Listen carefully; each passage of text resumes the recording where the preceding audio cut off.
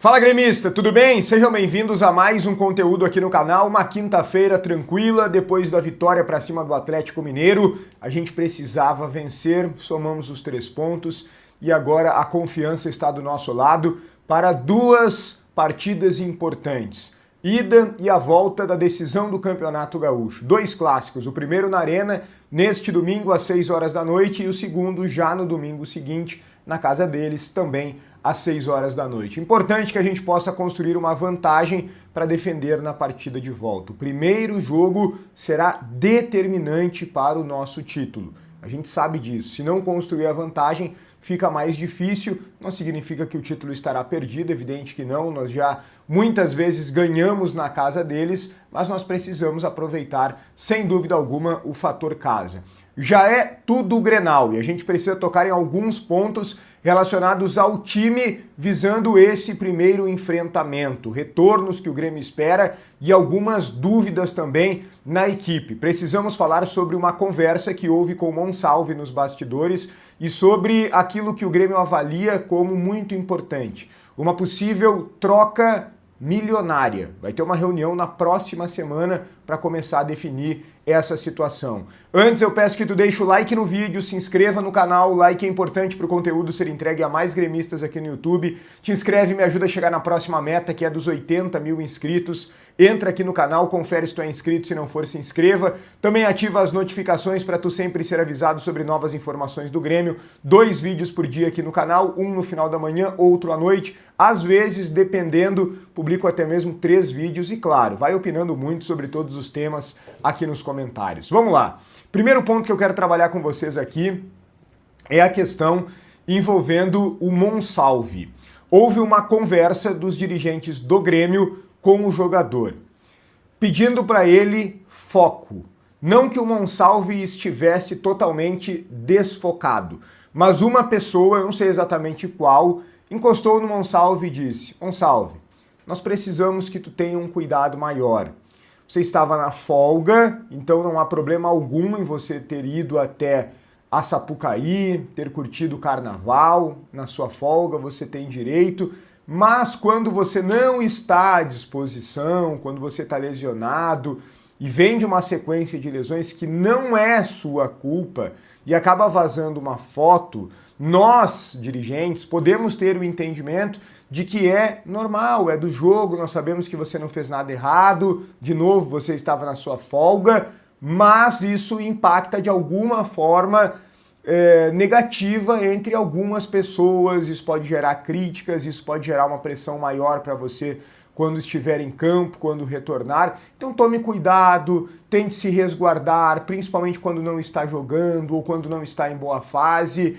Tenta focar mais em relação a treinamentos, a se preparar para voltar, estar bem fisicamente e desempenhar, porque o Grêmio acredita muito em ti, na tua qualidade, no teu potencial e tudo aquilo que tu pode colaborar. Exatamente com essas palavras, óbvio que não foi, mas nesse sentido, esse foi o relato que recebi da conversa que uma pessoa importante do Grêmio teve com o Monsalve. E ele, super aberto, recebeu e certamente estará dando andamento para isso. É importante destacar que o Monsalve não é tido como um problema no ambiente do Grêmio, não é mesmo, mas havia uma certa preocupação por conta da companhia, né? Do Cuejar, estava junto na foto, tem um certo receio nesse sentido, ou tinha, mas agora o Grêmio já chegou a um acordo, né? Como trouxemos ontem, para a rescisão do volante colombiano, que provavelmente sairá do Rio Grande do Sul, né? Não sei se ele vai acertar com outro clube brasileiro. Lembro que há algumas semanas apareceu o interesse do América de Cali na sua contratação, então possivelmente até mesmo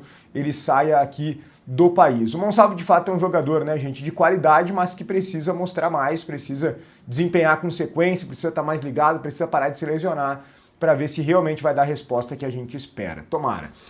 Outro ponto que eu quero trabalhar aqui é a questão do Grenal. Já falei um pouco aqui na abertura, mas preciso entrar mais detalhadamente nas questões de time. Primeiro, qual será o lateral direito? O Pavão deu uma boa resposta no segundo tempo contra o Juventude e também contra o Galo, mas nós não podemos ignorar as circunstâncias. Segundo tempo contra o Juventude recuado, tinha vantagem.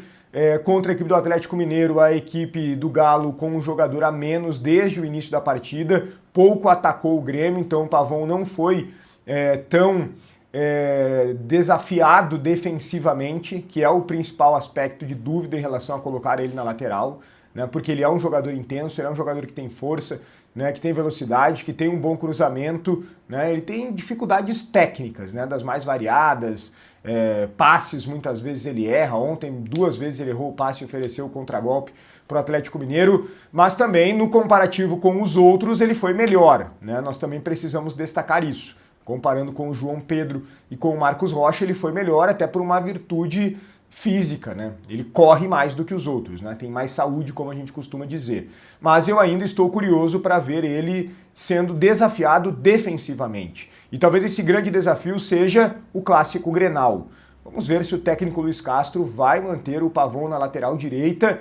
Eu acho que tem uma boa chance sim disso acontecer e essa é a primeira incógnita para o clássico. Se ele for o lateral direito, o enamorado possivelmente será o titular na ponta direita ali no ataque. E a zaga? Será que ele vai apostar mais uma vez nos meninos, Gustavo Martins e Vieri? Achei que foram bem contra o Atlético Mineiro, mais uma vez fazendo a vírgula que o Galo estava com 1 a menos, mas às vezes é complicado, né? Mesmo assim, e ainda mais marcando o Hulk, que é um jogador de qualidade, extremamente experiente, sei que fisicamente já não é o mesmo, mas a garotada deu conta do recado, Vieri falhou no gol, é verdade, sei que muita gente não gosta dele, achei que foi um erro pontual, eu acho que ele tem muita qualidade e eu acho que é possível continuar com essa zaga para o clássico. A minha zaga ideal do Grêmio é Noriega e Vieri, mas o Noriega foi o melhor em campo como volante, conseguiu assumir a responsabilidade ali no meio campo, na ausência do Arthur, e acho que ele não vai tirar o Noriega do meio campo, até porque no Campeonato Gaúcho ele não pode contar com o Nardoni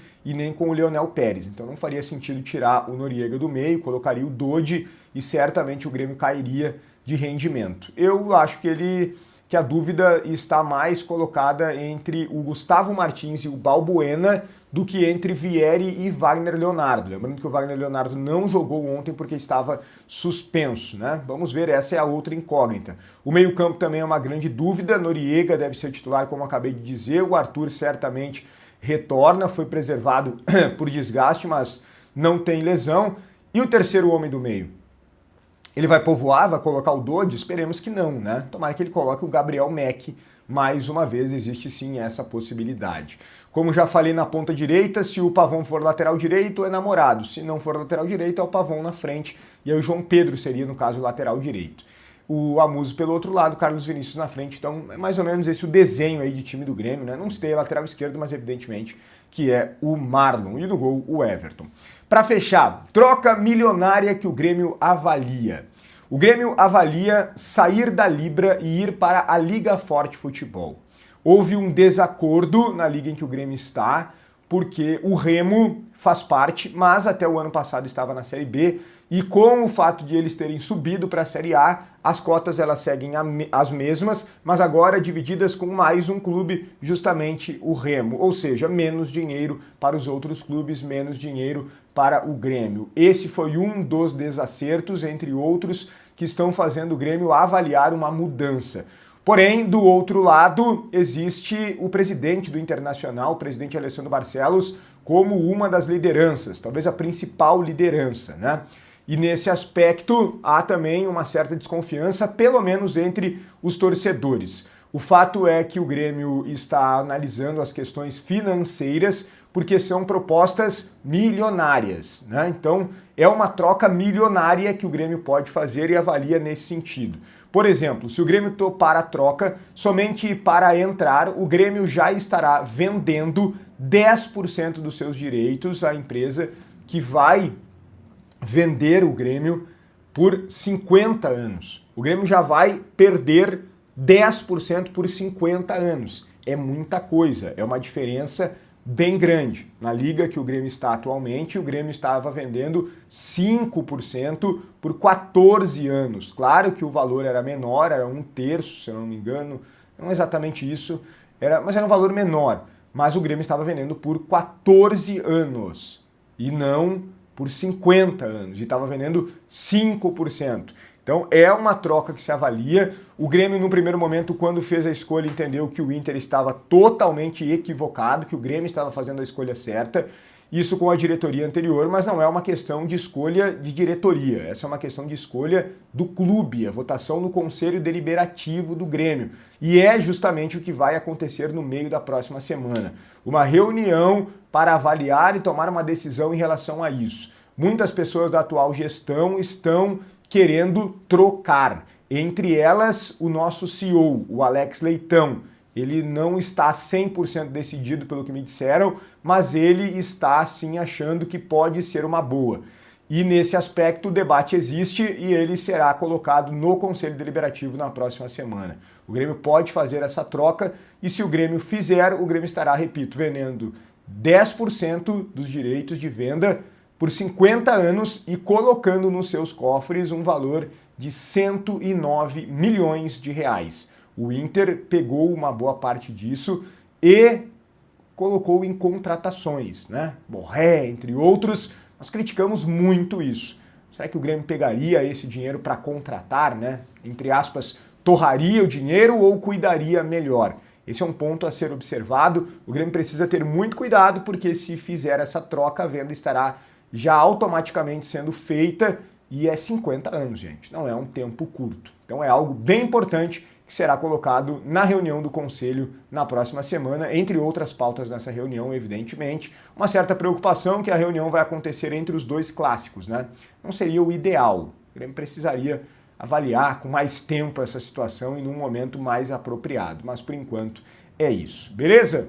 O conteúdo tem a força de Empório da Família. Empório da Família trabalha com a excelência em pizzas da Nono Ludovico, linha completa. E também com linha completa de congelados da marca Vó Eneri. Lasanhas, canelones, molhos, pastelão, muita coisa interessante. Sabor para quem gosta de comer bem, quem gosta de qualidade.